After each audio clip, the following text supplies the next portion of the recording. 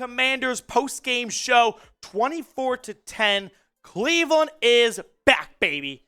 The NFL is lucky it's not a 19-week schedule yet, or the Browns would be the team no one wants to face. Deshaun Watson in the offense, slow, sluggish first half, and a little bit of defense of theirs. They were robbed of a possession because Carson Wentz and company ate the entire second quarter on one drive. But nevertheless, 3 touchdowns in the second half, motor this team to a nice win on the road against a decent Washington team. Like, I don't think they're world beaters. I don't think they are untouchable. But you didn't go to Houston or something, right? You didn't go to one of the worst spots in the NFL, and you manhandled them. Was there really a point when you thought the Browns might lose this game? For me, no. And you want to know the big reason why? I never once thought Carson Wentz was going to beat Deshaun Watson. And for that, I want to talk to the media. I want to talk to the blue check marks on Twitter that love to just box score hunt Deshaun Watson and go, the Browns gave up 3 first-round picks for this? Is this the worst trade in NFL history? Fuck you. No, it's not. The Browns are fine. Deshaun Watson is great. You're clearly not watching the game. He extends plays. He escapes sacks. He tries to get Jack Conklin the ball. Be nice to Deshaun. That was cool. A bit of a dumb play. But he wants to get everyone involved. He's sharing. And also, he's throwing dimes. So you know what? Screw you and your little box score hunting of Deshaun Watson, 3 first-round picks. The Browns may have made a worse deal than Russell Wilson and the Broncos. No, eat it back. I can't finish that sentence. But the Browns are fine. Watson, 9 of 18, 169 yards, 3 touchdowns. I get it, 169, I jump off the page. Nick Chubb was doing good things on the ground. We'll run through some of these stats in a moment. But I want to ask you guys, are the Browns back? Yes or no? Are the Browns back? Like, are you feeling way better about 2023 for this season? 1, Grant Delpit is looking like he's going to be a top 5 player on this team next year. Off the top of my head, Deshaun Watson, Myles Garrett, Nick Chubb, Amari Cooper, Grant Delpit, like they're right there. You know what I mean? So Grant Delpit, 2 interceptions. Denzel Ward came up with the pick. This defense is rocking and rolling. But I want to know from you right now, are the Browns back? Let's check out some other stats here. Nick Chubb, like I said, 14 carries, 104 yards. The guy was just efficient, right? Finally, it felt like Nick Chubb was not getting destroyed at the line of scrimmage. Like, we finally saw kind of the return of the offensive line from the first 10 weeks of the season or so that sort of vanished when Posick went down. Cooper, just 3 grabs, but those 3 grabs, they were great. 105 yards and 2 touchdowns. Donovan Peoples-Jones had the other touchdown. And then for the Commanders, Wentz, how do you start? I mean, if we were a Washington channel, I would just be talking about Carson Wentz replacements every day that ended in the letter Y. 3 interceptions off 28 passes, just 16 completions. Brian Robinson, 24 carries, 87 yards. The takeaway from that is Browns run defense, I mean, it's meaningless now. They're eliminated, but they are starting to not be gashed like the Falcons in the Chargers game. And then Logan Thomas, who cares? Now, here's what I care about. Getting you guys the best Cleveland Browns YouTube coverage out there. So if you have not subscribed to the channel, please go ahead and do so. We're going to get you guys the best Browns content all year long. And it's off-season mode here at the channel. So if you're looking for draft and free agency buzz, stick it right here. I kind of want to open mic this right now and spitball a little bit. Grant Delpit. Let's give him the mic. Let's give him the talking stick. Grant Delpit, I have said for probably a month now, is quietly, and now it's not quiet, now it's loud, turning his season around. After the miscommunication errors the first month and a half of the season, since week 7 or so, I'm just kind of picking a date out of my head right now, he's been one of the best safeties in football. I mean, he has come up with turnovers. He is the leading tackler on this team, and I don't even have to look it up. He is one of the best run stoppers on this team. Like, you go into this offseason right now thinking, we don't have a ton of money to spend. I don't know if we need to go and get a Jesse Bates safety. Like, that's going to make a great safety tandem, no doubt about it.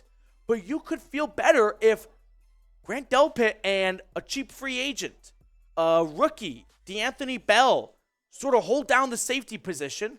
And whatever money you were going to spend on Jesse Bates or one of these other big safety free agents this upcoming cycle, about you spend it on the defensive line, right? How about you give Myles Garrett, which, by the way, really quickly, am I blind, or is this the first time I've ever seen Myles Garrett, at least like in recent memory, line up over the center and Joe Woods get in his bag, which is a shame because he's doing it after he's basically already, the gate has been changed and he's not going to be able to punch in his code when he comes to work the Monday after Week 18. But I like to see this defense starting to get a bit more creative. Definitely helps when you play Carson Wentz, but I don't care. You're on the road. You're playing in the National Football League. They're all pros out there. I'll take a 10-point performance for my defense on the road. I'm not going to bitch about that or complain.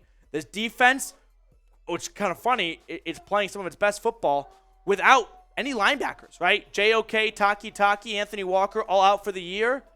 And despite that, you're seeing this defense really start to come into form. Now, I don't want anyone walking away from this thinking, is there a path for Joe Woods to keep his job? This is not the conversation. It's not the time to have that conversation because his defense played really well today.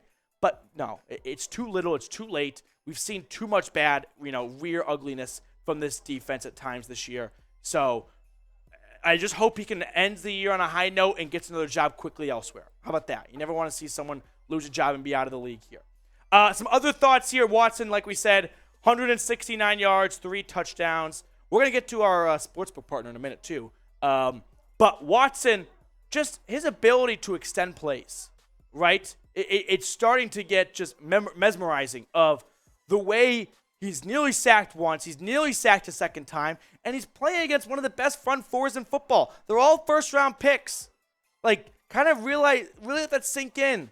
I know it wasn't maybe the sexiest box score of like 9 of 18, 50 completion percentage, 50% and 169 yards, but he's playing a pretty good Washington defense. Like, Washington is not in the playoff hunt right now because of Carson Wentz.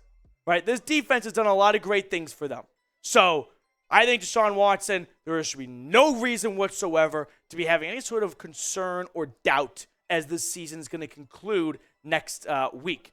We got more takes to get to, but today's sportsbook partner, BetUS. Check them out, chatsports.com/bet. Use promo code Browns125. When you use that, they're going to give you a 125% deposit bonus. There is no other sportsbook out there that's going to give you that type of action. So make sure you check them out today. Some closing thoughts, some closing remarks from this game right now. We're doing this during our live watch party from the game. So tune in next week, final week of the season. But looking at some of the chats here right now, Browns still need a free safety. I could definitely see Grant Delpit kind of moving around. John Johnson probably on the way out after this year. Denzel Ward had a pick, and that's always nice to see. I know that he's played nicely lately against some bad quarterbacks, but we'll take it because I want to see Warden end the year on a high note. Greasy Flight, get a D lineman for God's sake and a thumper of a middle linebacker. This offseason is going to be fun. It's going to be fun in a way of strategic moves. Andrew Berry's not going into this offseason with Chicago Bears $110 million in free agency to spend. He'll restructure some contracts. He'll move money into signing bonuses. He'll open up some cap space. But they're not going to be one of the bigger spenders of free agency. So with that, where does he pick his battles, right?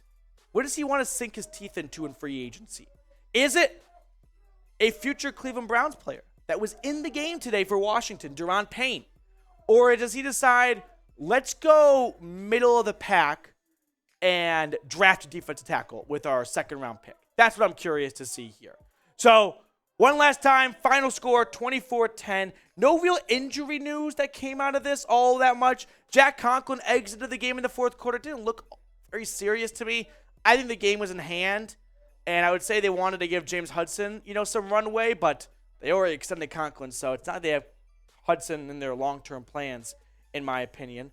But big takeaway here in my eyes, the Browns won with Deshaun Watson, looking good.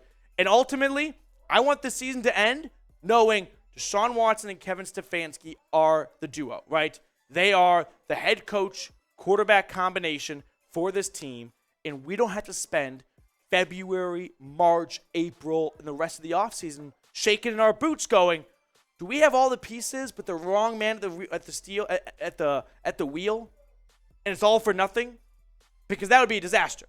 I would never recover from that financially. Shout out Joe Exotic. So, or mentally. But final score, 24-10. Appreciate everyone who not only tuned in to our watch party, but also for our post-game show. Follow me on Twitter at Matthew Petey, getting you guys the best and latest Browns coverage. So hit me up over there. Browns win it 24-10. They got the Steelers next week to close out the season. I would love to ruin Mike Tomlin's Week 18 and send the Pittsburgh Steelers packing with a below 500 record if the Ravens can get the job done. So, follow me on Twitter. Let's go, Browns.